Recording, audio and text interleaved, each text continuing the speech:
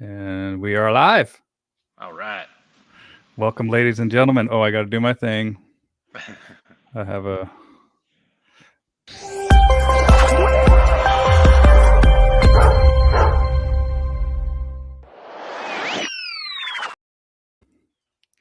I paid for that thing, so now I need to use it, just like we're talking about. Every time I use it, it's like a penny or something more off the cost. I get. I don't know. There You you know. go. You got Gotta somebody get your walking money's around back worth. there. That's right. Yeah, my retired dog, he's pacing circles. You got a couple. You got a couple deer back there too, man. I'm taking it Yeah, all in. yeah. Yep, yep. Cool. I call my wife the killer. She's always out hunting, and she's a crack shot, man. So I'll prepare it or whatever, but she does all the killing. Yeah, Um, well, I'm only allowed to put my deer heads in here. My hog heads are tucked away. They're not allowed to be in the living room for public view. so do they have hog hunting in Tennessee there? There's supposed to be hogs here, but it's not like Florida. Okay. Especially when I was younger, they were, I mean, droves of them. And now with hunting being more popular down there, and then the panther population growing, there's not near as many hogs there as what there was whenever I was, teenager. So, which this point's a long time ago. So you grew up in Florida, huh? Yep, yep, South Florida. Near, I was born in Okeechobee. All right, you're a Florida man. Well, not anymore, but yeah, but No, always. Once you got the roots of a that's Florida right. man there. That's right. That's right.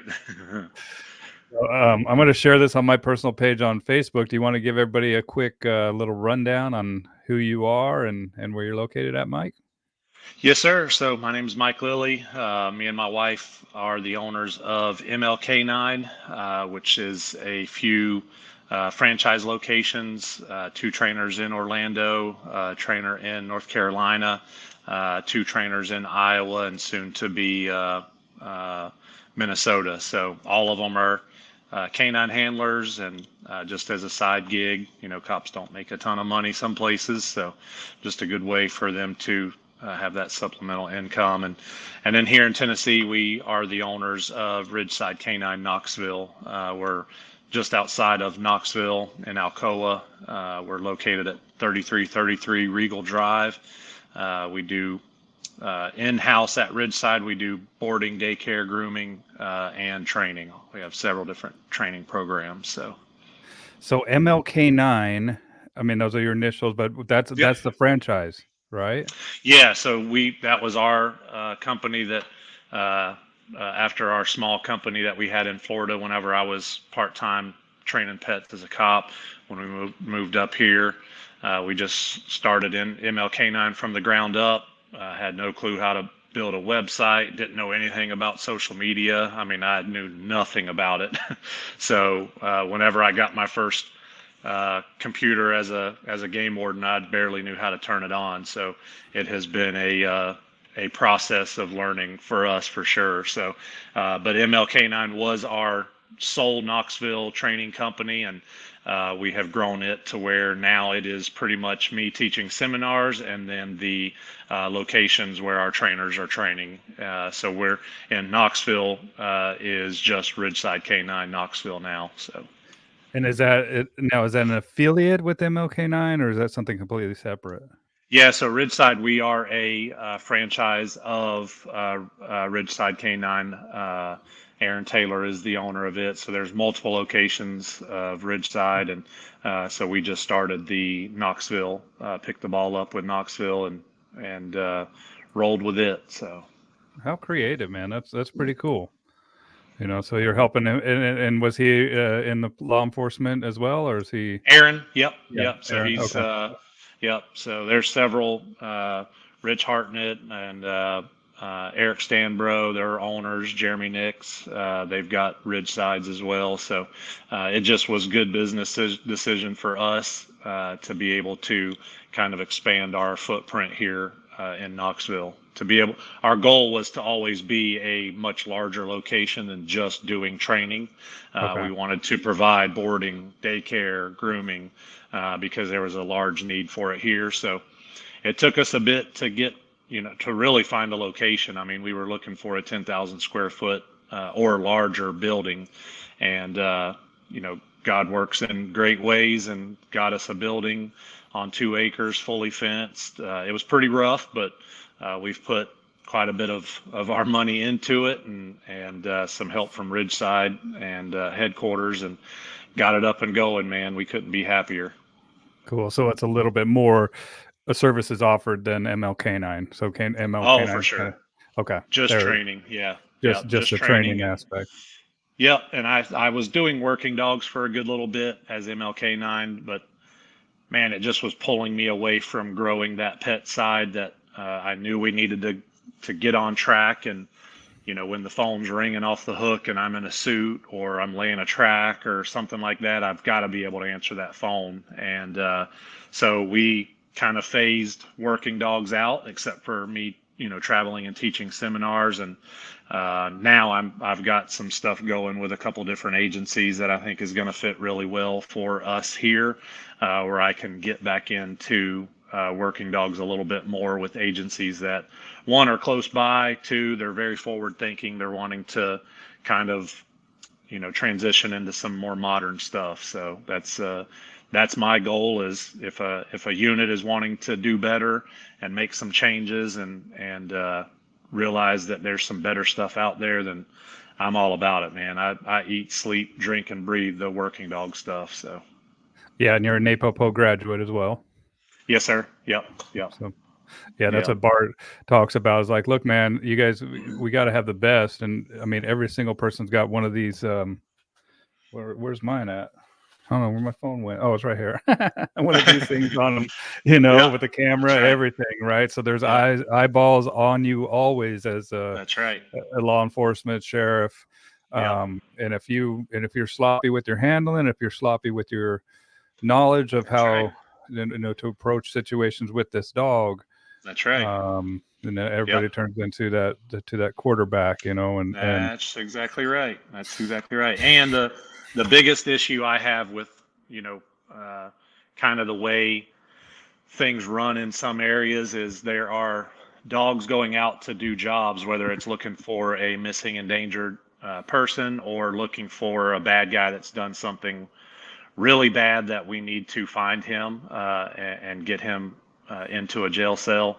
That there are dogs that shouldn't be doing that job, that are being deployed for it. And when you start, just a track on a pretty decent manhunt or search and rescue situation, that first dog is taking up that most important section of that track, that starting point. So if that dog is not up to that task, he should stay in the car, and we need to call a different dog.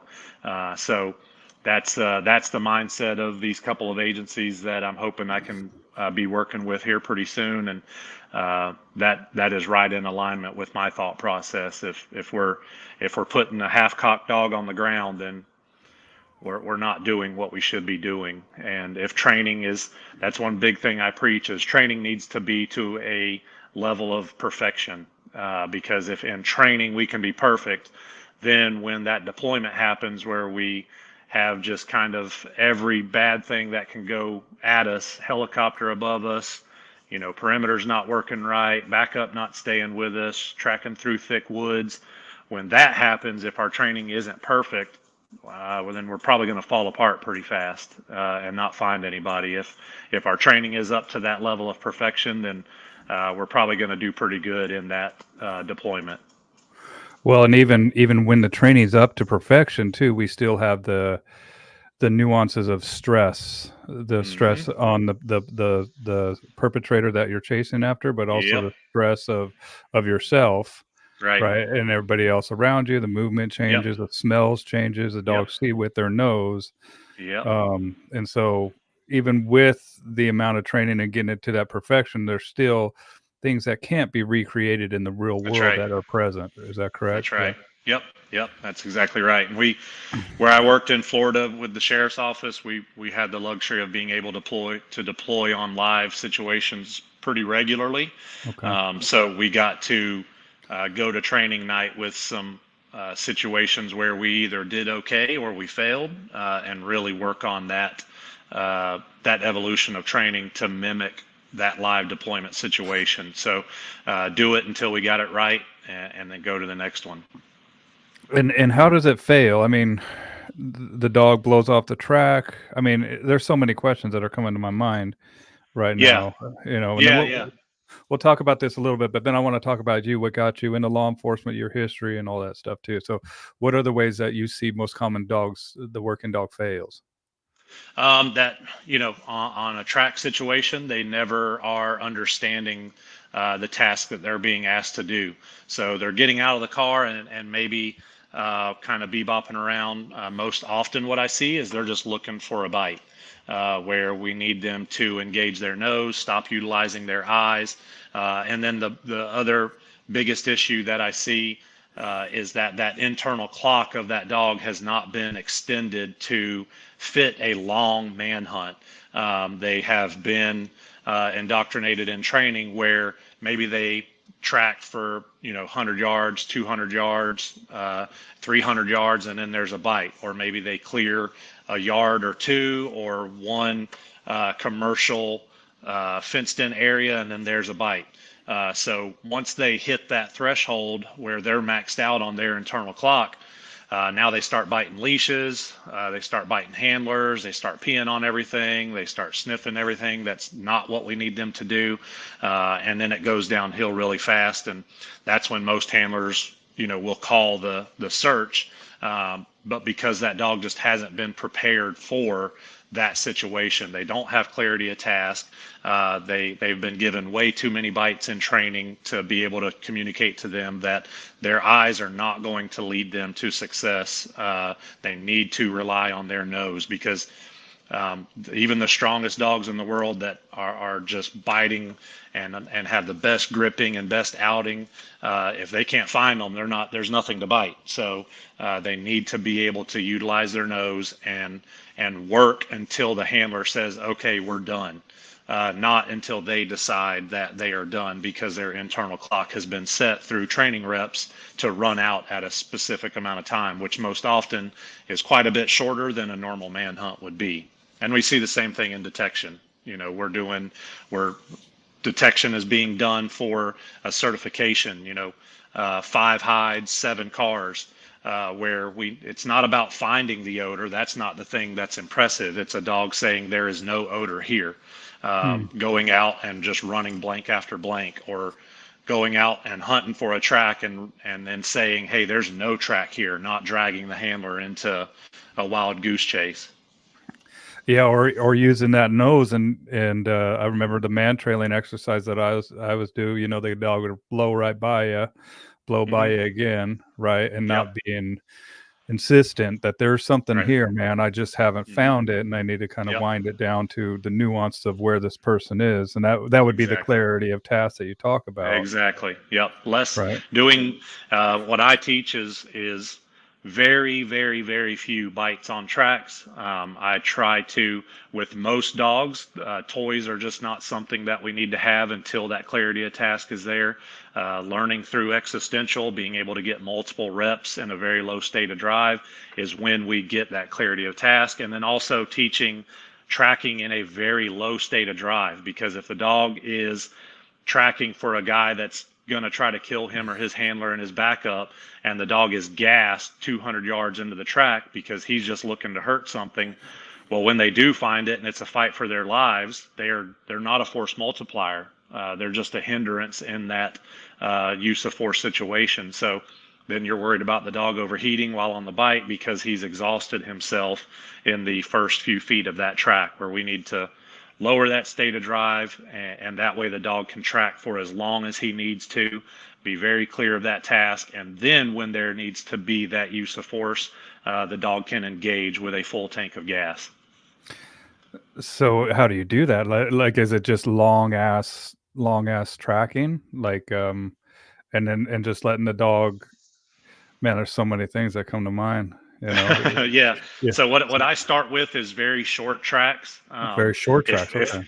if we can't track for 5 feet perfectly, then we shouldn't be trying for 100, 200, a mile. So what I teach is let's start really short. we're probably going to be utilizing a marker system and a lot of direct reward along the way. So what the issues that come about from some older ways of tracking is it's more about the end, where that reward has been put, whether it's a toy or a bite or even food. If we teach the dog that the payment scale does not occur always at the end, that there are payments along the way, then if we lay a mile-long track, but the dog gives me a very high level of ignition, 100% clarity of task, he's just sucking up surface changes and hard surface in the first 5 feet, I'm going to jackpot him and be done there. It's not about the end of the track. It is about the track itself. So I did a lot of article-based tracking. I learned a lot from Dick Stahl. The issues I've ran into with doing that set of tracking with a wide array of dogs is that, yes, it works really well for the right dog, much like many training programs, but article-based tracking, the actual track itself is a secondary behavior, where the article recovery and indication is the primary. Where I want the track to be primary, we can build the article recovery and final response to locating it very, very easily. So let's make it about a very smooth pace, consistent head down tracking, get surface transitions right off the bat, and get the dog understanding what the track must look like, and then we can start implementing articles. Well, I know that in IGP, and I was just talking to Lars Lentz. Do you know Lars Lentz? Mm-hmm. Yep. Yeah, and that's one of the main focuses that he does is help people slow down that track. Exactly. And because that's what they're saying is like he's blowing off the track trying to get to the article. Exactly, right? and or just trying to get to that whatever that end reward is. So the value of not having anything, I don't put anything on the track. There's no end reward because the end is really a human concept. To the dog, there's no end. I mean, I can lay a track from my van all the way back to where I'm going to get the dog from the car, get him out, and track him right back to the kennel, and him hop right in the kennel. And he's just as happy as he can be with that, because that van, in my opinion, is essentially his reward because it takes him to do another track. We know they're gamblers, so we know that they're good with that gamble. And if I drive 50 yards, lay another track, pop him back out, then putting a toy in that mix is only sending their brain to outer space. So the thinking and the speed and the drive just go through the roof, where we can do that later on, but let's get a foundation of a very smooth pace where we're not killing ourselves. I can't tell you how many bad guys I've found where I'm exhausted, my backup's nowhere to be found, because I was at a sprint the whole time. And if a dog can't handle multiple 90-degree turns at that pace, then we need to change something. And everywhere I teach, that is always the main issue: tracking too fast, blowing turns. And I always say, if they're actually tracking, would they be blowing a 90-degree turn? No, they're running past it because they acquired odor right at the start, and then they just lift their head and start utilizing more of their eyes than nose. Because if they were really tracking, they would take the 90. So we need to get them slowed down and get them where they're using their nose. Well, and I've seen it where a man trailing exercise, I watched the person run down this, I don't know, it was like a hedge of bushes, right? And then he cut in, and I knew where the person was. And then I gave the dogs the scent and sent him off. It was his owner. It was just a man trailing. And it was just like, have you been to Gold yet, Mike? Yes. Mm-hmm. Yeah. So did you do the man trailing as a first exercise in Gold with Bart? So he actually, during Gold, I brought my retired dog, and he had me do a little demo with my retired dog of tracking there. Okay. Unfortunately, he had done bite work day one for the evaluation, and my retired dog's a bit of a handful, and he had been retired for about 4 years by the time we did Gold. So when I went to do the tracking portion, it was snowing outside. So he said, "Hey, can we just do it in the training room there in Missouri?" Well, I was right next to the bike tables, and I've got a dog that likes biting, bit a lot of people, and I'm trying to get him to do some nose work with a whole class sitting on the bite tables 10 foot from him.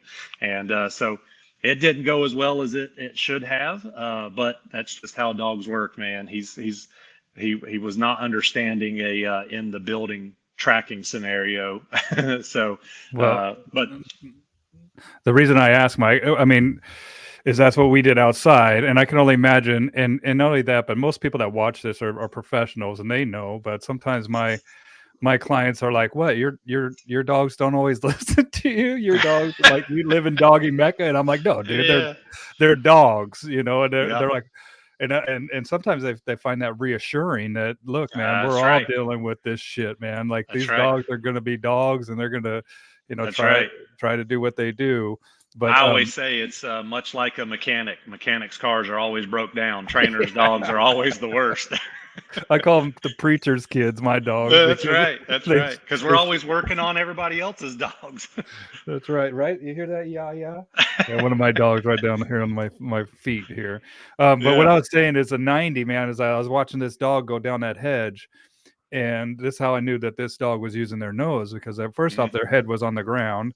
They Yep. were excited to get back to their handler, and man, that nose cut that 90-degree, and that Yep. body almost flipped over because of Right. of how on that scent that dog was. Yep. And so is that what you're looking for? Is a dog to be really in tune Exactly. and Yeah. focused on Yeah. that? And the one of the biggest mistakes that causes these dogs blowing these 90s is there's a I don't want to say a misconception, but at least for my first dog, we did a ton of straightaway tracks, Mhm. just straight line after straight line after straight line. Well, dogs get used to doing certain things. And if they do a ton of straight lines and then we throw a 90, you'll see them give you that heavy behavior change on that 90, but then they'll turn and keep going straight because they are convinced that through doing so many straightaways that it's got to be straight. So what I do is from day one, I'm throwing 90-degree turns in on the dog. They can do it. It's just our human brain maybe sometimes thinks we need to teach them how to do stuff. And I tell people all the time, watch a dog trail a rabbit. A rabbit hits 20 90s in 50 yards, and the dog will do it exactly the same. Well, it makes sense for that rabbit to mix up that dog. It's like Exactly. it's Yep. the natural consequences that they experience in the wild. And That's we right. try to, I think we sell our dogs short, even as pet dog trainers, man. And then we got Yep. somebody that just commented it here. Lab 60 says, Happy New Year. Happy New Year, man. I'm a pet dog owner laughing at this conversation about your dogs. Yep. That's exactly right. I always say I've got a Boston Terrier. You probably heard him come through here. Our saying is he needs a trainer. He absolutely Yeah, needs totally. a trainer. If anybody knows a good dog trainer. That's right. I wish I knew one. Yeah, totally. But and then the lab's watching on YouTube. If you guys haven't subscribed to my YouTube channel, please consider doing so. I'm going to do a quick I hate doing the self-promotion stuff, but also No. Do your thing. if you guys enjoy what I do here, consider supporting me financially on Patreon. I'll put a link to the Patreon in the comments down below. And to all of my supporters, thank you. I appreciate it. It means the world to me. And maybe we'll do something like this on Patreon, Mike. I might tap you into doing something that maybe we can get further into some of these exercises, or maybe some good cop stories of that we can't really maybe talk about in the general public here. I've got a lot, man. I bet you do, dude. Well, and I think that just kind of on a little tangent, that we're experiencing a weird thing with law enforcement as far as the people's attitudes of them coming. I hope it's coming back, dude. Yeah. Because here in Seattle, it's a shit show, dude. We got like the most homicides that we've had here. There's no pursue laws. I'm a concealed carry guy, and I have been since I was 19, and I take my gun everywhere, man. And I was talking to some cops, and they were like, "Yeah, dude, thanks for concealed carrying, because we're kind of limited right now." And it just kind of, I think people realize that, we need cops. We need, these guys to help that are, I don't know, man. It's that are rough times. Yeah, it is a rough times, but I appreciate you, and I hope the world is starting to realize the importance of you guys Yes, and the sir. service that you provide, And I and tell everybody, man, I get it. There are some situations that some cops on these cameras and stuff should have absolutely done different. But man, we're human beings, and the way budgets go now, there's not a lot put into training for a lot of agencies, and so you've got in some places where you've got a 20-year-old kid that has a badge on his chest now and is doing the best he can, but heck, he doesn't even know how to handle his own life problems sometimes, and now he's being called by adults who can't fix their own problems to a scene that has already exploded in, like an atom bomb, and he's got to fix it. And man, that's hard. And he could have just went from calls that probably affected him mentally very deeply. I mean, I've been there where I've left a scene where I've had somebody die and couldn't help them, or a scene where you've got kids that you just want to take home with you because the situation they're in is not good, and your hands are tied by the system. And then you go to a call with that somebody called you to that's now spitting in your face. It's a really difficult job to do. And all my 12 years, I never saw a bad cop. I never saw it.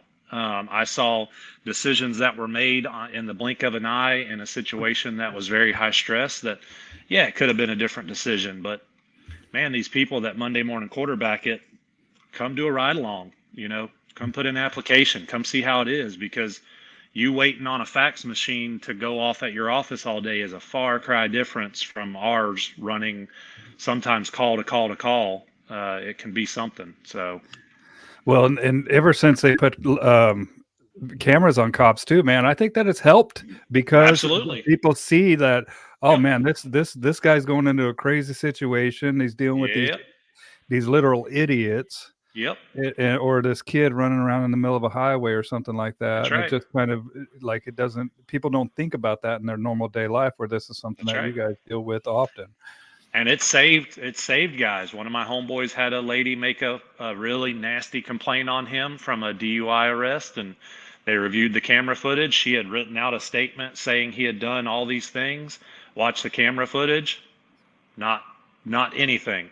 And she ended up getting arrested for filing a false report because she had written this, signed this document, making all this stuff up. And after watching body cam and dash cam, none of those things occurred. The entire stop was by the book. So that camera, saved him from what would have been a pretty heavy case going through, putting him through the ringer. So yeah, as it evolves, just like I was saying, like we all have these cameras.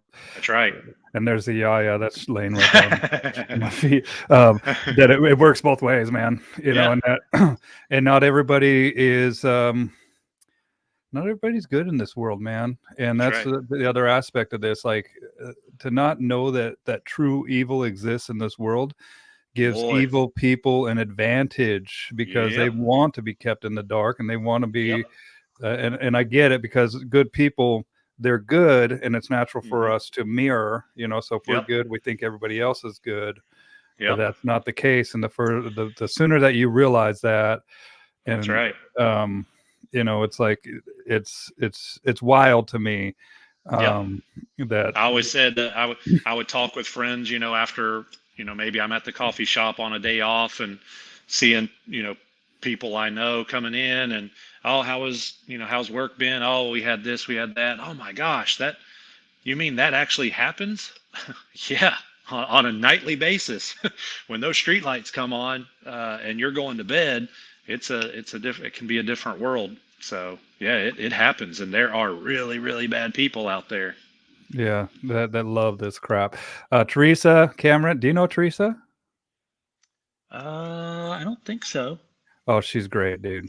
Yeah. She's great. She's one of the good ones, man. Oh, Teresa, good.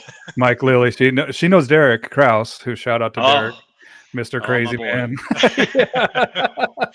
Yes. He is wide open, man. Dude never Yeah. stops. Dude, what he says to me, he's like, make sure you tell Mike that I loaned him the charger at the school or something like that. I was like, okay, so there you go. Yeah, yeah. So, Thanks, Derek.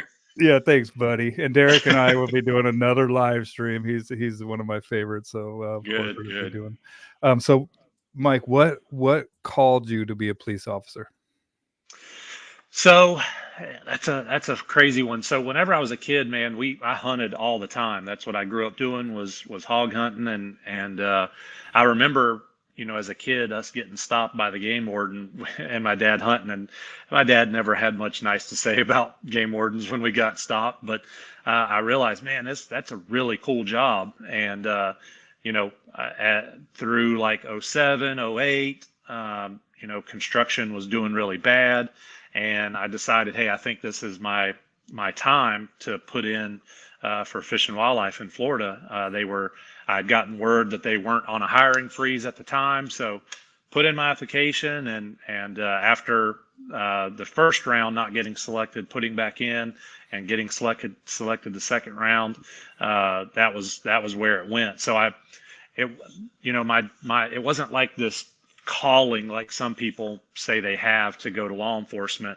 But what I will say is once I made it through my academy, and during our graduation, they brought some of the dogs that were in Fish and Wildlife Canine program and did a demo. And man, that's where it hit me. I mean, that's where I was like, yeah, this is what I need to do. I checked policy. It was going to be at least 5 years before I could put in for it.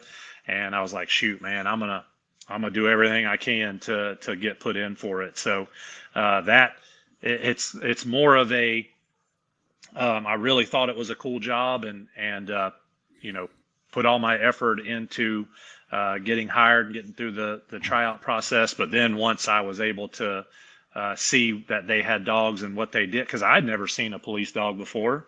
Where I grew up, we lived in the woods. I mean, I went to school and then came home. There wasn't any other kids around. It was just me and my brother and a bunch of dogs. So once I saw that there was a use for dogs that I could get into, man, it was a direction that has brought me to where I'm at. I mean, we just got back from Africa. Dogs took us to freaking Africa. It's crazy.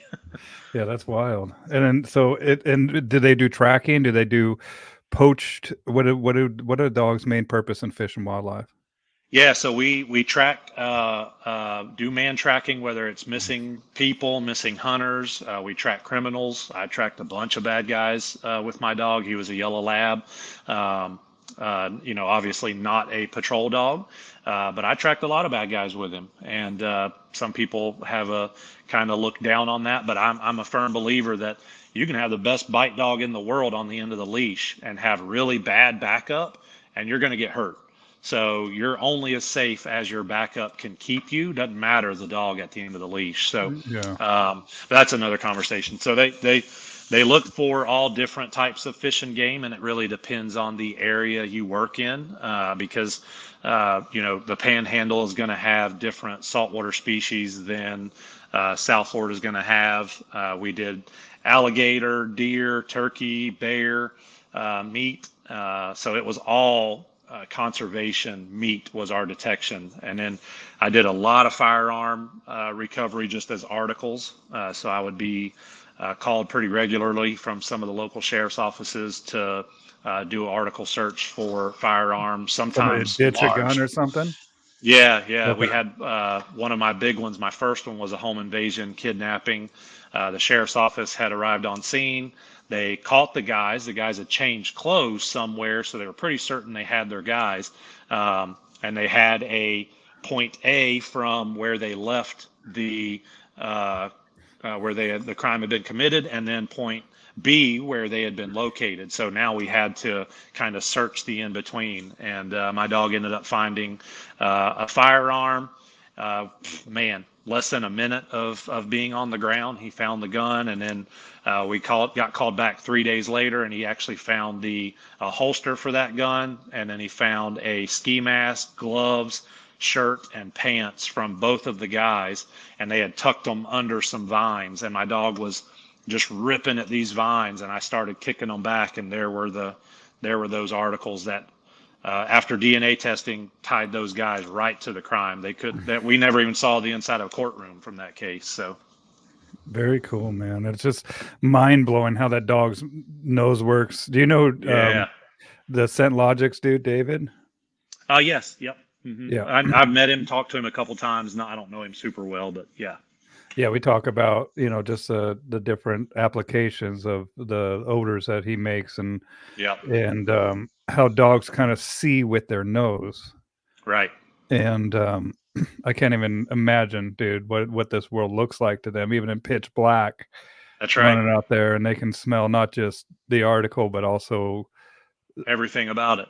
yeah, everything about it, man. Like Yep.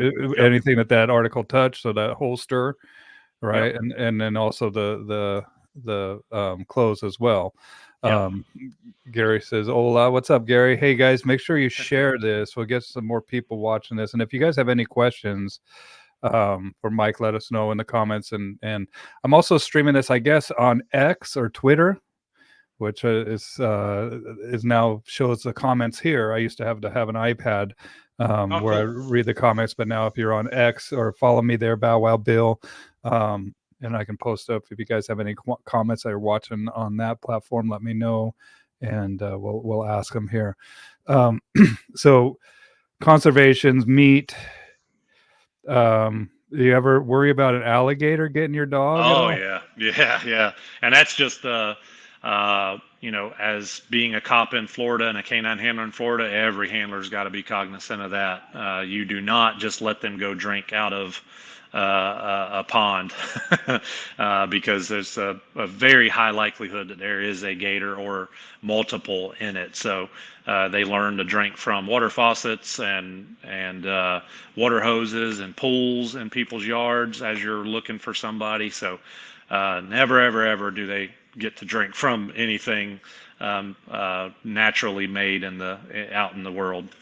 That's what freaks me out. I wanted to move to Florida or get a place down there, and that's where that's one of my biggest contentions is like I saw Yes. that dude was walking his little dog, and my guys Yeah. are little right now. Hey, yeah, come on, come up, wake up, come on, up. Said I'm sleeping.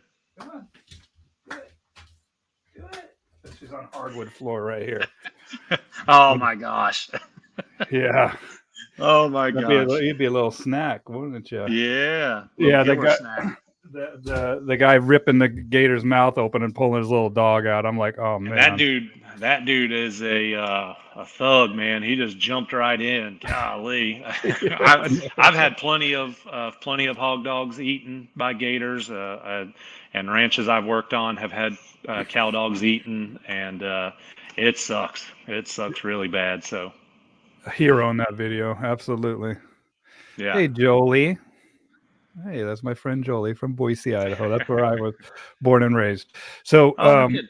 you here we have a hound lab mix. Here, let's see here. I have a hound lab mix and track game trails. He is an anxious, nervous dog. Once we started doing this, it has helped him tremendously. Any suggestion on mixing up some different nose work and tracking we can do? Love the channel, Bill. Great stuff. Thanks. Laughing about your dogs. So how do you mix it up? And that makes sense, man. When, I've heard this, like, let's speak about bringing calmness to a dog that's anxious. That's like, right. Getting them to actually utilize their God-given gifts right to a purpose that helps both of you. Yeah, and a lot of it, hounds can be a very nervous breed for sure. They when they're used for hunting, there's not a lot of human interaction. You know what I mean? They're out finding cats in the mountain with nobody around, miles away, and so they can be very nervous when it starts getting more tighter, hands-on stuff, human-wise. So, it all depends on the dog. I always say at all my seminars, I get a question and I say I'm just going to start making shirts that just says "It depends" across the front of it, because so many questions, that's the answer, and then we'll go into several options. But I'm always a fan of existential food-based reward, not treats. We're not supplementing their daily caloric intake with snacks, they're earning those daily calories. And with nervous dogs, anxious dogs, a lot of times, obviously they're going to have a threshold. They're going to have a ceiling on what they're able to do because they're just genetically built the way they are. But in my opinion, I'm working with a blue heeler right now that is overcoming a lot of things. He's very young and he's just hit this kind of nervous spout. Right before we got on this, I had him at a big intersection in town where cars are going by, but they're not very fast. They're having to stop at a street light. And I just had him doing scent pad after scent pad, standing out there eating in these scent pads. And from the first scent pad to the fifth, was a drastic difference in the dog. But you don't want, the biggest mistake that can be made is you as a human trying to do too much to help. Because then we start buying into this learned helplessness and reinforcing all of these bad behaviors, where if we just allow the dog to fix itself by us ignoring it, and trying to most often mark and reward every time we see little glimpses of confidence. If I just see a dog just staring, like this one, he's just staring at a car, and the car goes by, he didn't move, he stood his ground, I mark and I pay into that scent pad again. So I'm tying tracking in with working on that anxiety side. And you can always mark and jackpot as you go. You see an anxious moment and then you see the dog use its nose and take a step in the right direction. I'm probably going to mark and give it everything. And if it has toy drive, maybe you mark and give most of their food and it does something else and you have a toy on you, mark and maybe direct reward over the dog's head with a toy to add some ignition to that. There's several options, but again, it just depends on that dog. Well, it also is, how do you mark? Right? Or do you use a Just clicker? not Yes, verbal. No, okay. I used to do everything with a clicker. I had those really cool ones that went on your finger so you could move your hands. But with all of my dogs, I'm going to transition to a verbal yes marker. So the way I've went to now is just instead of having to make another step in the process, I just started out with yes. So I'll load that yes marker in a mud room or a very boring spot in the training room, and then just progress from there. Yeah, the aquarium that we call it, it's a Yep, that's right. sterilized environment, and then start That's to right. baby step the stimulus to the dog to get Yep, them to get toughened up that's right. and now when you say excellent explanation, Mike. Thank you. That's what Billy says. What's up, Billy? Billy's one of my Patreon supporters there. All right. Your scent pad, are you talking about a footprint typically, or are you? So normally like a 2x2 square. So I'll just brush out a 2x2 square with my feet and I'll sprinkle a little bit of food in that and just lightly kind of tap it down with my toes. And that way the dog's really got to work to get that out of there. So just an old school kind of Schutzen method that I still will utilize, especially with young dogs. And the reason why I do that is I want to get that dog's head down. The biggest battle we have most of the time, especially with where I travel and teach with police dogs, that most of them have street bites. Most of them are getting a lot of bites in training. So getting their head down is 3/4 of the battle.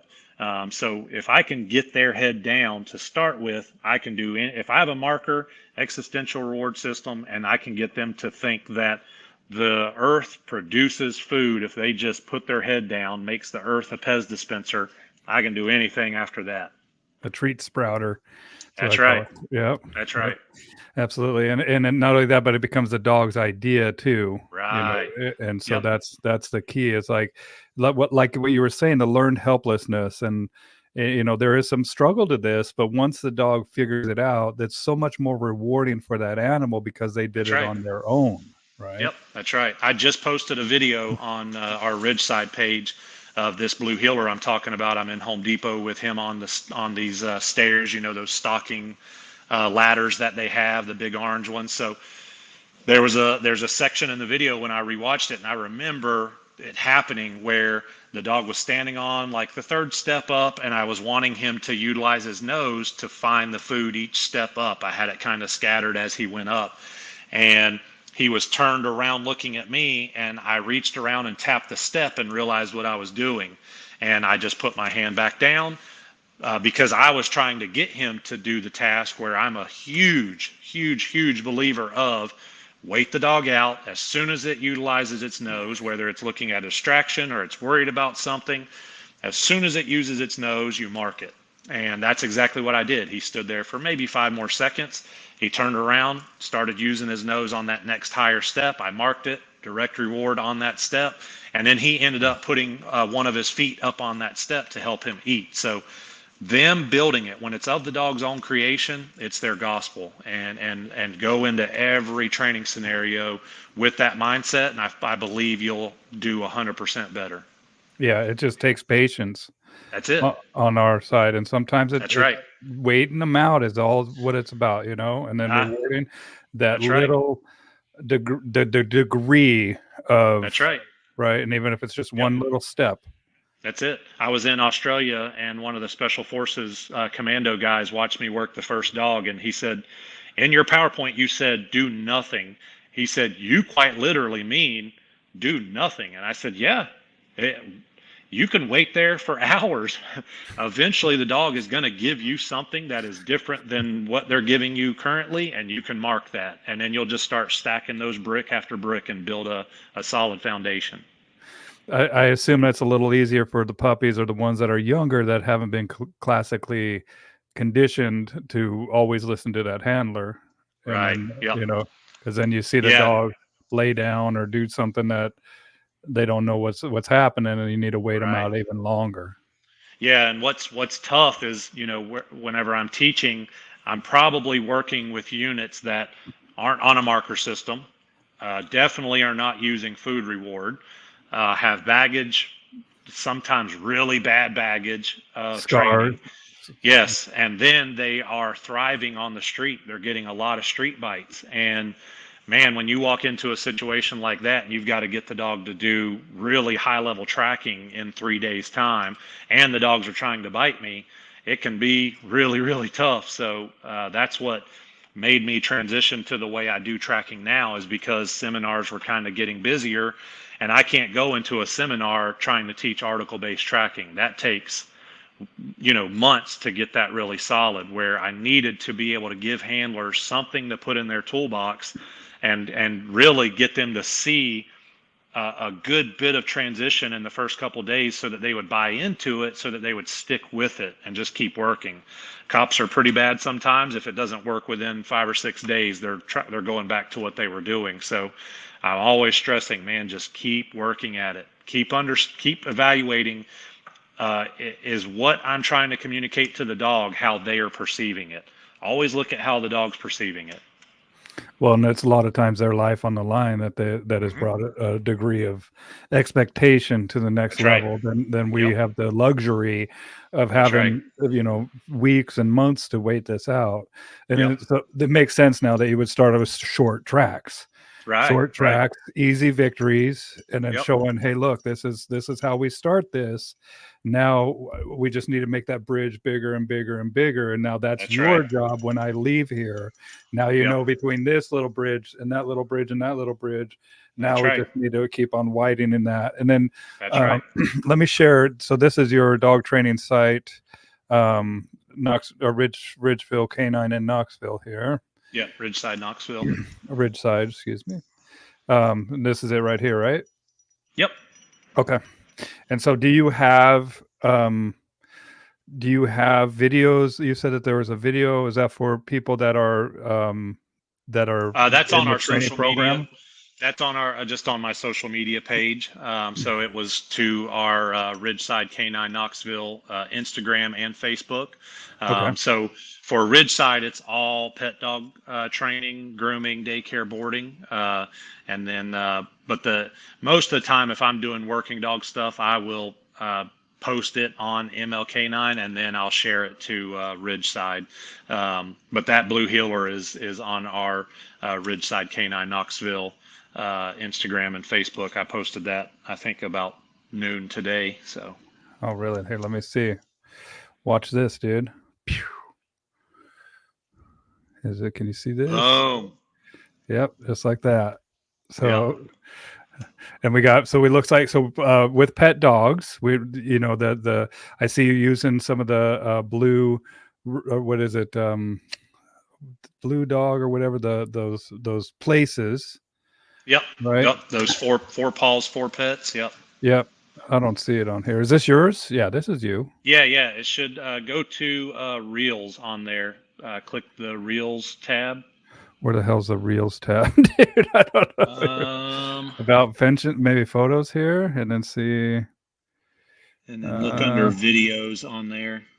Here's the videos.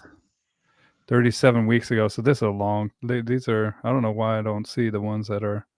Try the Instagram page if you can get it, and it should. Sometimes, man, Facebook is so weird when it goes from Instagram to when you try to cross post to Facebook. Sometimes it'll say it does it, and then sometimes it doesn't actually do it. And I'm so bad with it. Yeah, well, I'm learning too. It's pretty cool, man. And I've just seen on the Instagram. I have my Instagram tied to Facebook, so whenever I post a picture of my wife, then it goes to the Instagram from Facebook, and it's. Yep. Pictures are normally do pretty easy, and then videos are the ones that sometimes they'll go. Sometimes, like the music on it won't allow it. And yeah, so is technology. Knoxville, yeah, that's right. Knoxville, and then so when you do, this is the bread and butter of training is the pet dog world, and a lot of the stuff. How much of tracking are you doing in the pet dog? Is it part of it? So ever so often we'll have an owner that wants an outlet for their dog, so we do that. But with the working dog and search and rescue side, we stay a couple seminars a month throughout the year, so pretty steady with that. Let me see here. What is the Instagram? Ridgeside Canine dash or underscore Knoxville. Ridgeside Canine. Cool, I'm finding it right now. 9 Knoxville. Sorry, guys. I'll be right here. Okay, 0. Oh, there it is, right there. Oh, wait, there's the dog grooming. So that one. Yeah, we've got Ridgeside Canine grooming, and then we've got the regular Knoxville page. All right, I got on the grooming one here. Let's see. We've got some awesome groomers in-house. They do a jam-up job. Well, and that's where, I think that they're the workhorses of the industry too, man. They're the truth, dude. Those people are the absolute truth of what we do. Absolutely. Yep. And that's what makes us a little bit different than most groomers, is that we have trainers in-house to help with those dogs that maybe had some bad encounters with grooming. We're able to have a trainer step in and help the dog through it and get them done. All right, dude, I found it. Perfect. Okay. This is what you're talking about, right? Yep, that's him. So what I'm working on is mainly his nose. So every time he starts using his nose, just like that, I mark and I pay maybe a step higher. And what I'm wanting him to do is learn his way up those steps with his nose. A lot of times dogs that have a pretty good drive and ability to use their nose, they'll not worry about environmental issues that they may have because that hunt drive is taking over.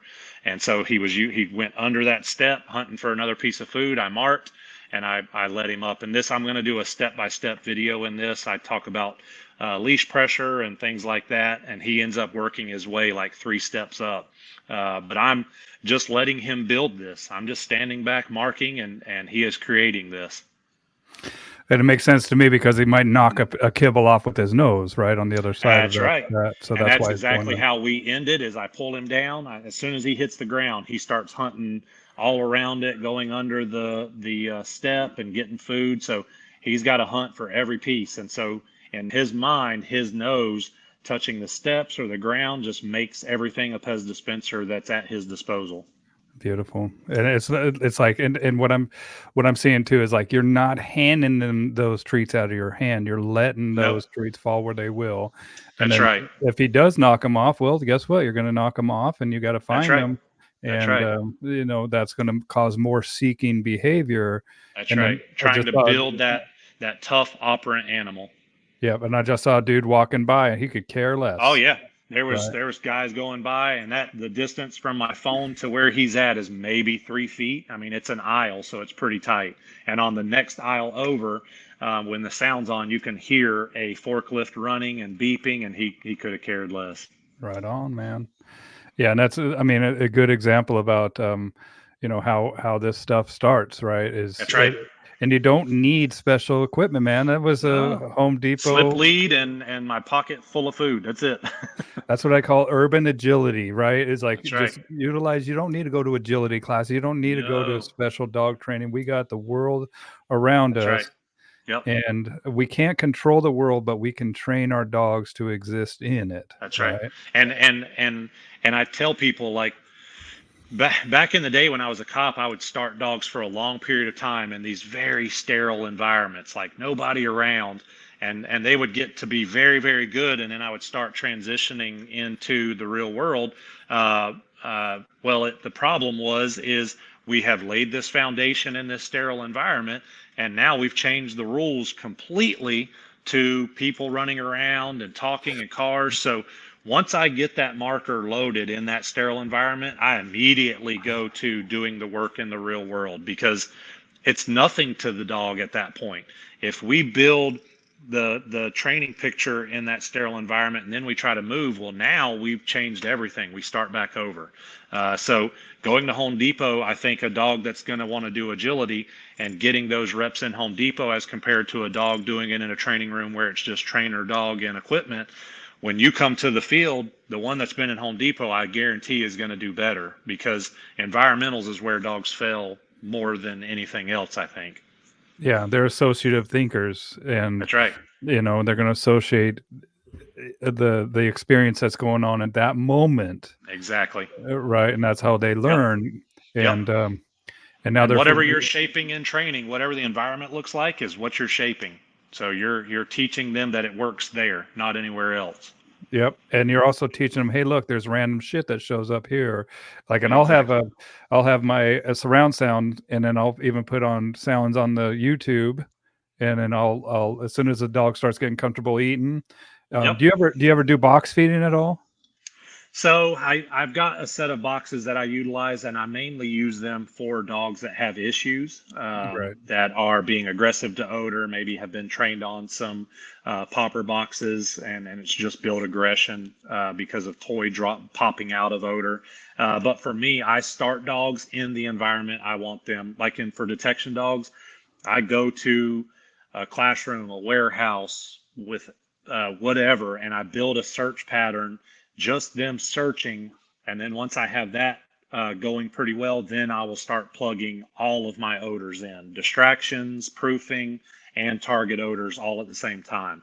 And that way I'm not doing all of my target odors and then I do a distraction odor. That's when you are kind of working against yourself. If you throw distraction odors and proofing odors out in the start, you have the ability to, when the dog is giving you a behavior change and going, hey, what's that?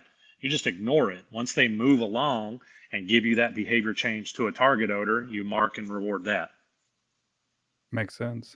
And the popper boxes are, I mean, like, I've seen them where they drop the ball, or even a ball dropper or something like Right, that, where it actually can build that intensity, and we right, inadvertently sometimes you utilize it to teach the dogs to bark, like bark right. in the blind or something like that for a Exactly. sport dog, right? Yep. And they're That's a great use of them. When it's for odor, I'm not a big fan, because then you're imprinting that mechanical device that's in the popper along with the odor. So if you're not having a popper in every single blank box, then you're going to have a narcotics dog that's also a cell phone detection dog, because they're being imprinted on that motherboard, the battery, the wires, and the heat that is given off from it, the glue. It's not just your target odor. You're imprinting on that mechanical device as well. Yeah, I never thought about that. Yeah. And you see all these TikToks from prison. Dude, that's That's why, right. That's you know, exactly right. people don't realize, and even David has a Scent Logix, a scent cell phone detection kit, but that's like all we're doing is soldering and all the shit that's present in Right. here, right? The stuff That's that right. I can't Yep. smell it, but my dog sure as shit can. That's right. That's And right. dude, I never even thought about that. Not only are you're imprinting the dog on the electronics because they're present within that box. That's Yep.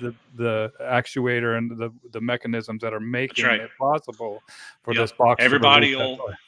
everybody will put their toys out in the blank boxes because the toy is paired with the odor, but I've very rarely do I see people buy the actual popper for each blank as well.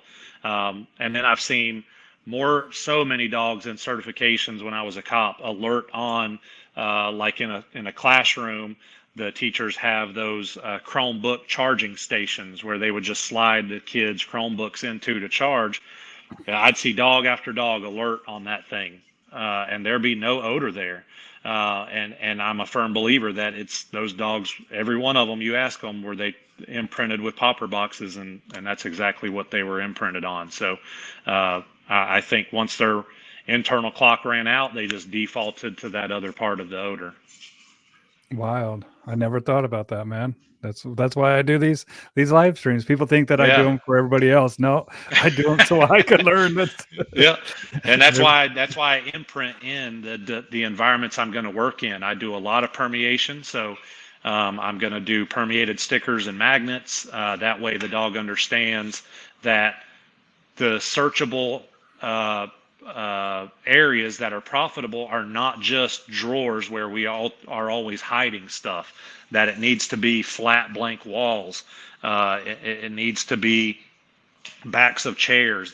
Once I give that detection command, everything has to be searchable. Everything their nose must glue to it, and they must move at a very efficient, smooth pace. If their mouth is blowed wide open and their tongue's hanging out because they are working to acquire a toy from me, they're just gassed, and they are not going to find that half a gram of cocaine that I've got hidden, because their mouth is blowed wide open, they're drooling everywhere. And so that lower state of drive and teaching the dog, keep your mouth closed, and building the search pattern, and paying the dog for these little behaviors of mouth closed, using your nose, and moving efficiently, and then plugging in odor is the way to do it. If the dog is looking for something to find, and you're creating the search pattern based off that, they're going to move way too fast because they're just trying to find it. If you create it where they're not finding anything and they're just searching, you're going to get a much more efficient search pattern, and then plug an odor in. I tell me if this is right. Like I'll take a little container with the holes in the lid. I'll put my odor in there with a magnet behind there, and then I have a large plywood, and then I'll put the sheet over the plywood too. And then so the magnet's behind the sheet, right? And so I have the magnet back here, and then so I can move that odor anywhere I want.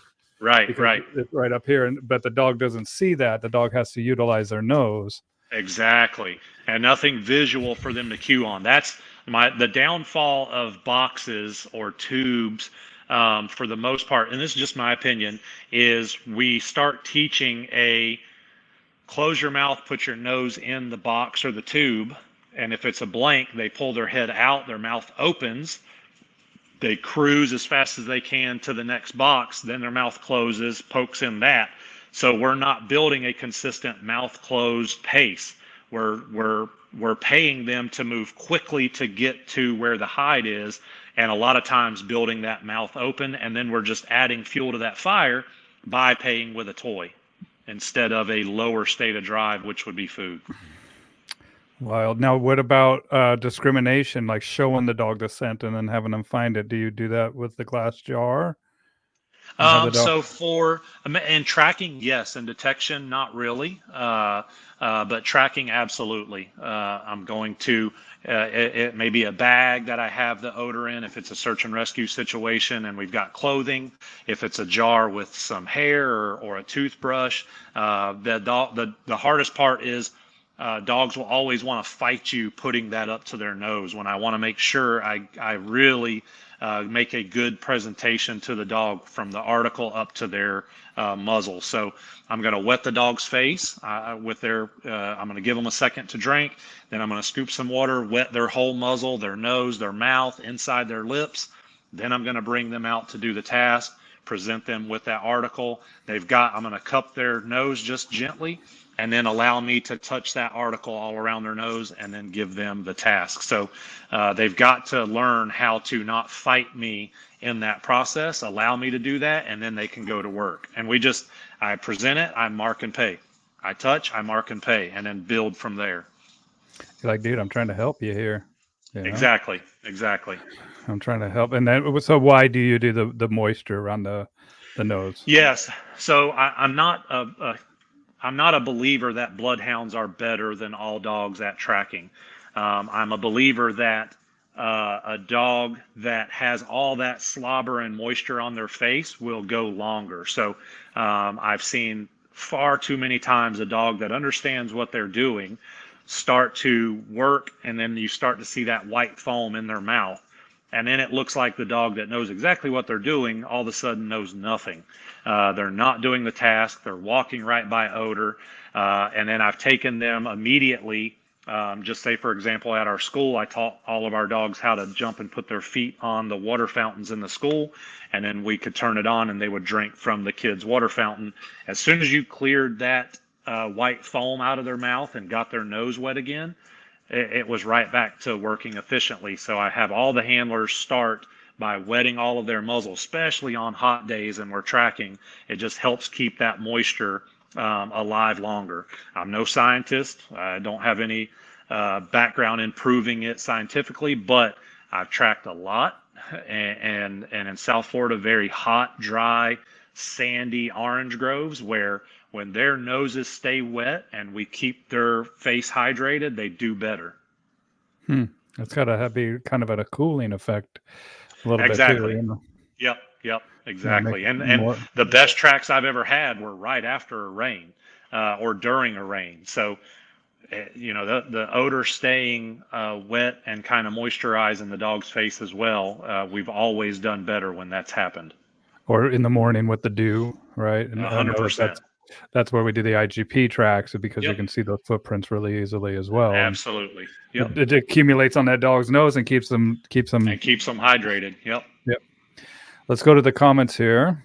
Man, that's so helpful. Thank you. Very welcome, Mark. Make sure you guys share this. Fearful Dogs. She rehabs so many. Yeah, a lot of pet dog trainers that tune into this. Yeah. Let us know where you guys are watching this from as well. Under more, great information. That's me. It's hard to find someone in New Hampshire to do pet dog tracking. That's something that we're doing a lot more of, and I just talked to Michael Nesbitt. They're fixing to do a couple dogs for it, because when you're a pet dog trainer, dogs can get away from you, and it's a scary thing. And that little blue heeler, we're going to have him doing pet dog tracking, and then I've got a Malinois that's going to be doing it as well. And one of the things I tell people when they start on that endeavor, there's some information out there that I think is not so helpful, because it's got humans leading a dog around, laying a track, and then another dog tracking that. Well, the problem is the human odor is also paired with the dog odor. So which is the dog tracking? So what we do is a couple different things. So I'll have one of my trainers have their personal dog. I'll hold their dog. They'll go either drive or walk way around and then go to a point in the field. And then I will do a restrained recall. So I hold the dog back, the owner calls the dog runs straight to the owner, and then they walk back out the way the handler came in. So now we have a point A to point B track left by the dog to be able to work the dog that we're training on. And so the other question I get asked is, well, where do we reward? Well, just like my man tracking system, we're marking every time the dog is giving me anything I like. If it's nose down, but maybe it's not tracking, I'll mark. and then I'll direct reward on the exact spot where the dog ran. So you have to really watch it and remember where the dog ran. Even if the dog is 5 foot off of the track and it's staring at a road and then it finally puts its nose down, I'm still going to move up in front of the dog and put food on the footprints of the dog that laid the track. So that way I'm tying the two together. I'm bridging that gap. And then we just mark as we move along. You can jackpot anywhere. You don't have to complete the whole track. Just as long as you're getting good movement, you may track 5 feet and the dog be giving you a great behavior and you mark and jackpot that. And then you can start letting a dog meander in a field and then using that to track the missing dog with the tracking dog. But just do your best not to tie it to human odor. Or I could even see like taking one of them chuckets. Exactly. Exactly right. And then what you can do is instead of it, as you progress with that chunket, make it not be a point A to point B retrieval. Right. Make it be a chunket, spin the dog around, and then make the dog kind of hunt for it. So now you can make them hunt over here in the field, work their way across the field to the chunket, get the dog out of the field, and then bring the tracking dog in to track that same path. Yeah, it's just important to isolate that scent because we don't know what the dog is tracking. They're just like you said, and I've said this to my bird hunting people that go to these bird reserves. Yeah. I'm like, man, that's not real world shit because the dude's driving out with his ATV, putting one bird here, the bird. Right? And I was like, you're the dog is following the ATV tracks, which is totally ground disturbancy. And then not only that, but I'm sure that bird feathers and stuff are popping out and even talking to David from Scent Logics, we were kind of noodling of like taking scent out on drones and dropping it in drones. So we have a nice clear, track. And then I thought that was an excellent idea. Well, what you can do too is as a game warden and even at the sheriff's office, when we were doing articles, we did a lot of shell casings. And the thing with shell casings is it's hard to get them out into a field to go find. So what I would do is most oftentimes utilizing a revolver or shotgun, and then I would put that casing in a slingshot and rip that thing out into a field. So same thing with blood odor. You can put it in a little vial, rip that thing out into a field. When it hits the ground, it's going to break. And now you've got game blood out there, and you can utilize the dog to locate that. Well, same with HRD, human remains detection, right? Yep. I'd cut myself or I wouldn't cut myself. I would be an accident or whatnot. Yeah, exactly. And then I'd collect it and say, and then put it in a jar. And then I would give my SAR people the locations of it. And like, I chucked it in the field between this mile marker and this mile marker on this on this stretch of the highway there. Go find it, right? And after I waited a few days, I let it get a little stinky in that jar, put it in the window in the sunshine. But that's it. It's like, and just chucking it as far as I could and letting that dog have a little practice run at finding that article. But that's key, you guys, is like, this kind of takes a depth of knowledge and a depth of thinking that you have to kind of think of every single variable here to make sure that we're to be able to proof off as much as you can and do as much real world distraction as you can. Getting stuck in a box of training, and for cops it's tough because everybody's working for the certification. Man, certification it's such an easy thing that we shouldn't be worried about that. We should be training for every deployment where we did bad, or even that we did good at, working for those types of situations and really thinking outside the box to push our dogs every time. We get so stuck in, well, he did it really good this way and it looked so good and it made me feel good, so I'm going to do it that way again because he can do it good again. No, if he did it good then, progress him, push him harder, throw 2 more 90s in and make it be through a mall parking lot or something. Yeah, criminals are smart, man, and they're always mixing up their approach or anything that they're going to try to do to get away, and it's wild what they can do. We got what about wild noises or loud noises? Field gunshot or firework. He says that his does a depot just fine out in the field. Gunshot or big construction noise, he wants flight or shut down. So Yeah. So one of the things you have to keep in mind is like the example with that cattle dog. The I could have pulled off the highway anywhere and had him eat his food, but I wanted to make sure that the cars weren't flying by him. So I stopped in a parking lot at a red light at an intersection where I could ensure that the cars were almost stopped or at least idling up to it. Same thing with gunfire. I'm going to feed the dog and then maybe have the gunfire several hundred yards away, depending on the dog, and I may start out with a pellet gun, and then maybe go to a 22, and then just keep progressing from there. But distance is your friend with that. But if the dog is not ready to eat, and it's ignoring the food for the gunfire, then you've given it the opportunity to eat. It's just not eating it. So I pull the food. I put the dog in isolation a bit. No play time. No, it's just potty time and back in. And the next day we repeat that. Because if the dog is a search and rescue dog or something like that, lives depend on that dog doing that task. So we have to get them over that hump because we don't want a dog that can't do that task out there trying to do it. So distance is your friend with stuff like gunfire, and for me, it's always trying to pair it with mealtime. If the dog is a high toy drive dog and will tug with you, then that's where I'm also going to try to do it at. But a lot of times, if they're that bad with gunfire, they're not going to play with a toy with you. But most of the time, once they get to that right spot in their stomach for food, they'll ignore gunfire to be able to eat, and then they're just going to need a steady diet of that. well, yeah, I mean, it's like thresholds, like pay That's attention right.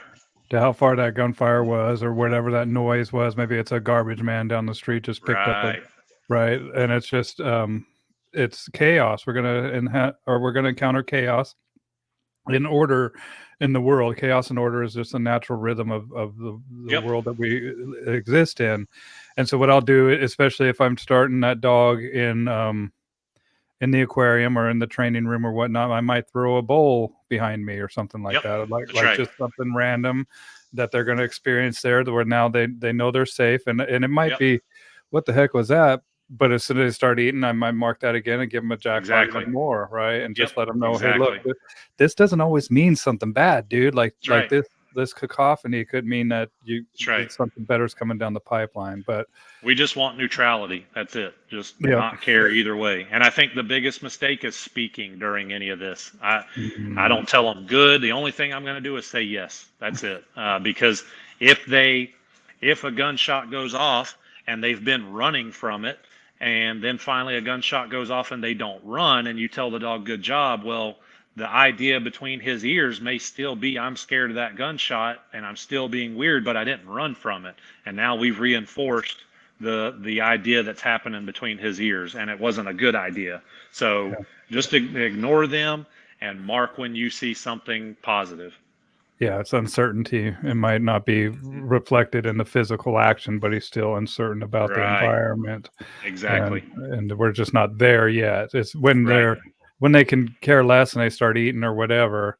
That's where we're getting to the other side of the threshold that would put them into overwhelm before, but now it really doesn't Right. have any big impact on them at all. Got Northwest Arkansas. Carroll's right there in your neck of the woods. Hey, how about that?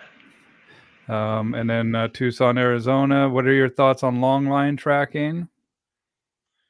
Yeah, so for me, I don't get any really longer than 20 feet. Okay. And the reason why is just safety. If you're tracking in a city environment for a bad guy, I'm going to forward down the dog a lot. If I see any kind of building corners, if we're passing the backs of cars in a parking lot, I'm going to utilize a forward down. I'm going to have my security team move up lethal and clear all of that.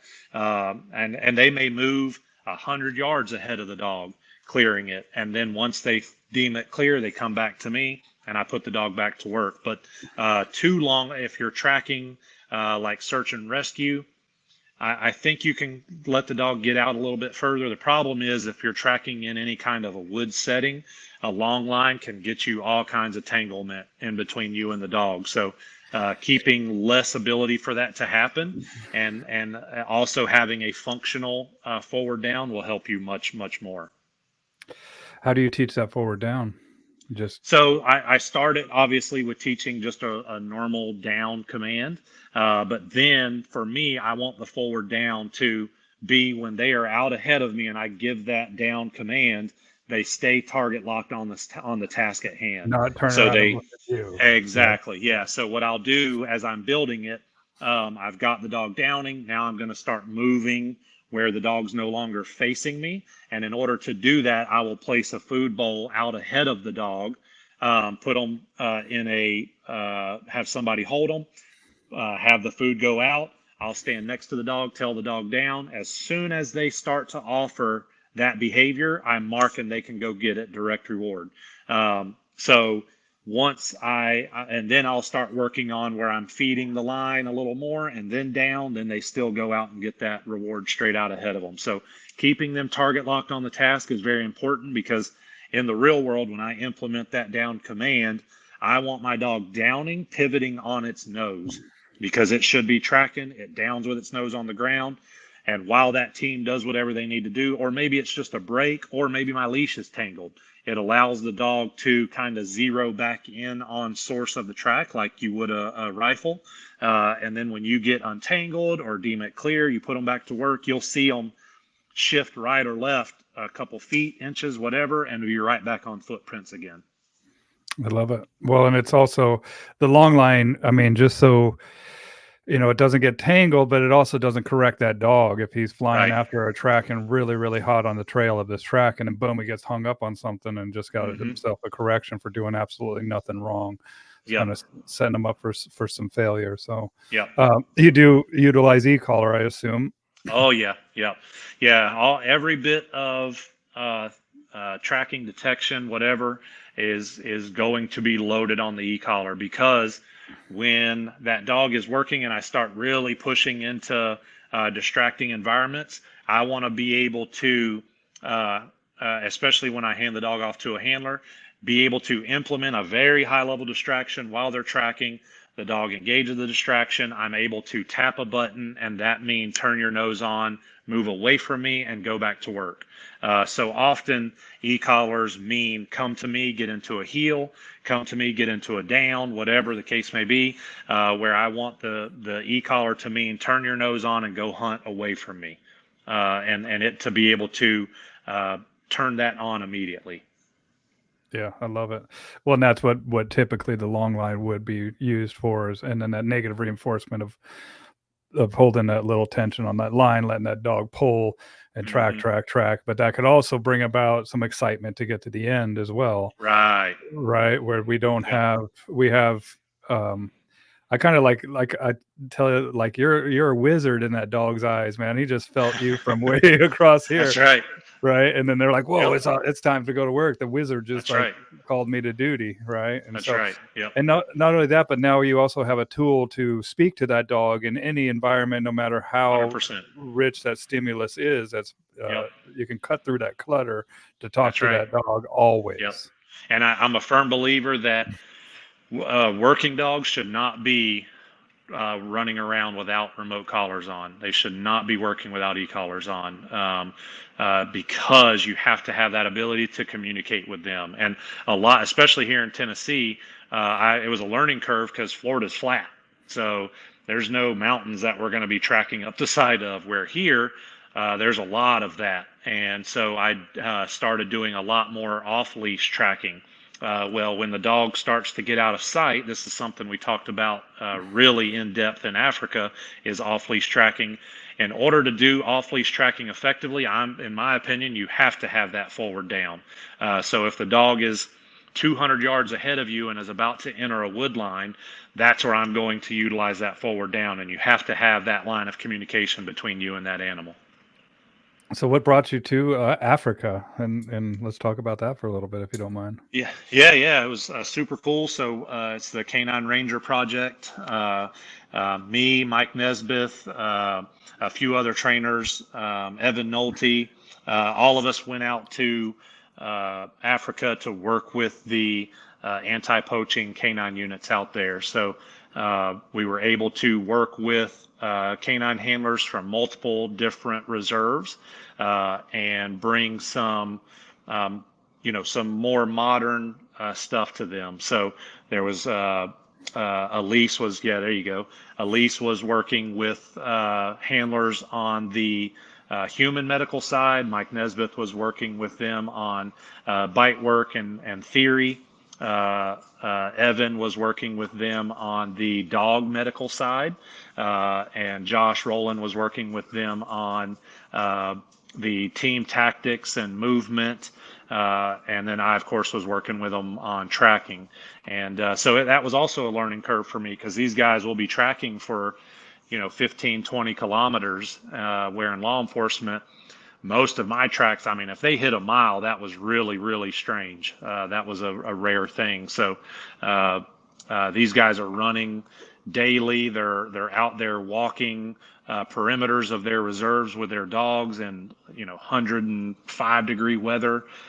So really, really cool. We're going to get back there hopefully in, I think, 2025. I think me and Mike Nesbitt are planning to go into South Africa to the college there to kind of learn more of how they do their job so that we can tailor the 2025 seminar a little bit better. But donations are how we get out there. So you guys check that page out. We need to help these animals as much as we can. They're out there doing a job that, man, it's just mind blowing. Very low pay. These poachers are armed to the hilt, and they do not really care about human life at all. And these game wardens are out there trying to protect these elephants and rhinos and all the wildlife in those reserves because a few years they may not be there anymore. Yeah, it's wild that people will just decimate a population over just for some money, man. And That's it's right. like it's blows my mind. And what kind of dogs typically are you using up for them? So hound dogs, Malinois, shepherds. They had some Rottweilers, which was pretty wild Huh. because it's super super hot. But they're trying to make some changes in the program. So they're hopefully bringing some of this stuff. We'll start implementing change and throughout a lot of those units. That's wild. I mean, also you could detect ivory, I would assume, or Uh huh. the horns, right? The Yep. white rhino horns and stuff like Yep. that from people coming Yep. across traveling. Exactly. I put up a link, you guys, Canine Ranger Project, as well as Ridgeside Canine, Tennessee, Mike's website as well. And what else do you have planned? You're doing the MLK9. You do seminars all over, or are you having any Yep. that are coming up here in the near future? Yeah, so Canines United is a nonprofit that I teach for, and they give, man, I can't tell you how much they give to law enforcement handlers. I mean, they have paid for and outfitted cars with kennels, heat alarms, vests for dogs, everything you can think of, even dogs to units. So it's a nonprofit. We teach 6 or 7 seminars a year. Our next one is in Lee County, Florida, and Lee County Sheriff's Office is hosting it. And then after that, I believe we are at Orange County Sheriff's Office around Orlando.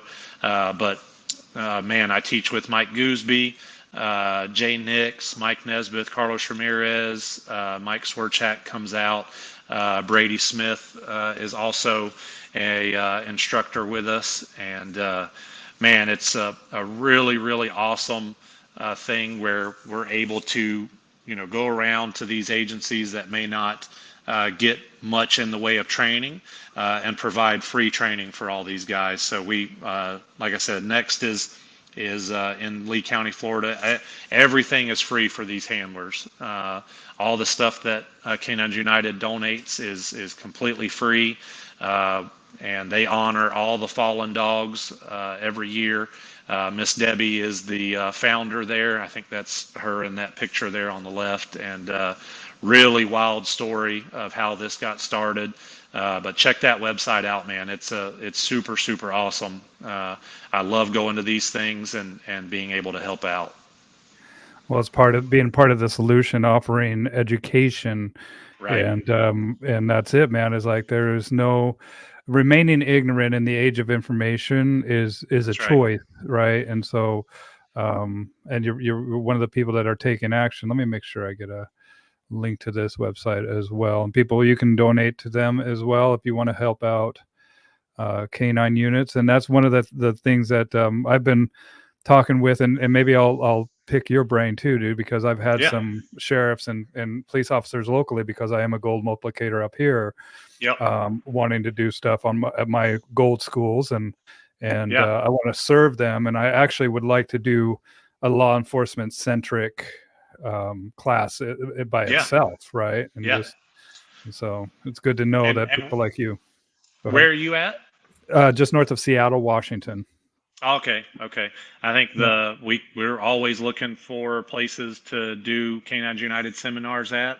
So all it really takes is an agency to host it, and be able to kind of get the local donors in gear to be able to pay for the food for all the days of the seminar, for all the handlers, because Canines United gets that donated, so the handlers don't even have to pay for breakfast, lunch, and dinner for the days they're there. And then they bring a bunch of goodies to give away: kennels, guns, equipment. I mean, you name it, they bring it and raffle it off. And then even the raffle money that they get from that, they figure out how much. Every seminar, Debbie and her husband has done this. They figure out how much money came from the raffle, what can they buy with that, and then they raffle that off and ship it to the handler that wins it. I mean, it's 100% give back to these units, and completely free for them to attend. I love it. I love it. And not only that, but people don't realize that some of these criminals target these dogs too, man. Absolutely. And not to be morbid, but it's very easy to take a dog's life. And these guys train how to take cops' lives and dogs' lives every day. And if we are not trained to the highest level, and I hate saying it, but I'm a firm believer that canine units across the country are oftentimes the unit that gets left behind in progressing training. Because most often what I see is there will be a trainer in place that the spot was just handed down time after time to him from somebody who started the unit, but there's never evolution, and there's often pushback on that evolution. And man, it's just something that breaks my heart when I see it. And I beg these guys, like, listen, I'm not here to tell you my way is cool and you're dumb for not doing it. I'm here to tell you that you have a toolbox with many drawers. I have learned and kind of gotten in a direction that I think works better. I've done it this way. For most dogs, it's not proficient. It doesn't translate well. This way does. And if you plug that in a drawer in your toolbox, and 5 dogs from now you realize, man, I need that drawer, we did what we came to do. You know what I mean? It's not saying that I'm super cool and you need to do what I do, and I'm so awesome standing up here and I'm not going to give you this resume. I'm just telling you that give me a chance to show you that this does work, and there may be a dog that you can utilize it with. That's it. Well, and there's so many dynamics that go in with different precincts, right? Oh yeah. From the politics to just the nature of a police officer, right? And going into a situation that I thought was one thing and having it turn 180 degrees within 5 minutes. Right. You know what I'm That's saying? right. And so Yep. they're critical, and they have to be, because they've been conditioned that way, of just right. about everything that's new coming across their desk, man. That's And right.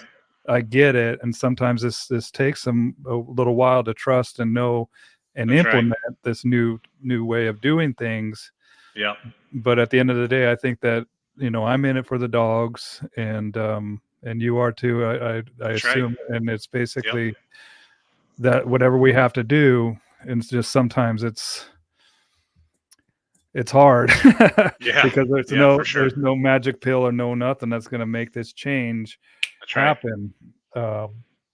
But it needs to happen, especially if we're going to be advocates for these animals. For sure. For sure. Absolutely. Awesome, brother, man. Well, how do people get a hold of you? Is be your website or Yeah. email or okay? Yep. And if seminars or something they're wanting to look at, you can my wife handles all the scheduling. So Suzy, SUZI at MLK9.com. She handles all of that. So I think closest to you, our next one is Idaho, I believe. Where in Idaho?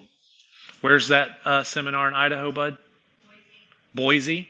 What's the When? dates? Give her a second. She's looking it up. One of the dogs knocked something under the couch. So I'll be in Boise February 1st. I'll be flying to Boise, and then I'll be in Haley, Idaho.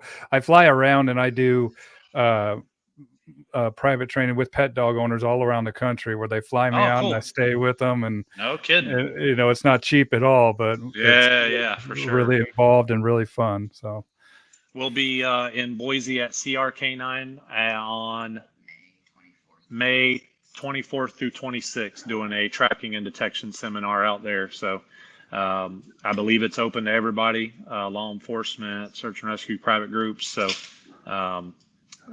I might go, dude. I think I have that window open in my sweet. My calendar, yeah, if you go to CRK9 Idaho, they have a flyer they posted, I think a couple of days ago. So, and I'll be sharing it on my page as well. Let me share it right now. CRK9 Idaho. Anything else that you'd like to mention at all, or? No, man. Thanks for having me on. I love doing this stuff just to get the word out, and if there's any agencies or private groups that are, I can train everything, but tracking and detection is my baby. So that's what I am very passionate about. That's what paid our bills down there with my unit in Florida, and so I love teaching. It's taken me quite a while to get to what I have now that is kind of a conglomeration of a bunch of stuff. But a lot of what it is accountability. When we tell a dog to down and they break it down, we do certain things to show the dog that they don't have the ability to break that behavior. I teach the same thing with tracking and detection. And for some people, it's kind of hard to wrap their head around that, hey, we're correcting the dog for being right on odor, but not doing something very specific. I promise you, it communicates very well when we do it the right way. And when we have accountability and dedication to odor, you will see your successful tracks go through the roof. Beautiful, man. Mark wants you up in New England. I don't know if you have anything planned up there. No, I'd love to get out there. I get a lot of handlers texting me and emailing me about getting out there, but sometimes budgets and timelines and stuff like that. So I'm always willing to work on hosting something with somebody anywhere they want it to be. I'll travel wherever. Cool, man. I might have to host you up here for tracking and just scent work in general, man. Like I have hundreds and hundreds of acres out here. I'm on 5.5 acres, and it's something that I geek out about too. Is like I was talking to Bellin about the bite work, and I was like, dude, that's just too machismo for me. Too many egos, right? Where I like nerding out, dude, and I love watching that dog and just that's where it's an unpopular opinion, but most of these dogs, they bite already. So teaching them how to find things and using their nose is oftentimes the most difficult side. And in my experience, it's very often overlooked. And training days are always bite work, and it's never tracking or detection, or it's a very small part of that where it's got to be. Like my unit, our bite work was 3, maybe 4 times a year. Everything else was tracking and detection because you can't bite them if you can't find them. And they're going to bite anyway, dude. Like that's exactly. That's where I don't get the PSA. This might be a tangent here, but dude, I was I was very surprised to find that PSA didn't have a huge tracking element to it, right? It'd be so cool if it did. I mean, it would make that thing well-rounded. Yeah, that's why I'm more into IGP, and even the IGP stuff. has its drawbacks, but it's Right. cool, you know. Right. And we can get into that on maybe a Patreon conversation or something. Okay. Yeah, for sure. Mike, thank you, dude. We'll say goodbye to everybody here, but I'll say goodbye to you in the studio. Okay. Yes, sir. Thank you for having me. You bet. Bye, everybody.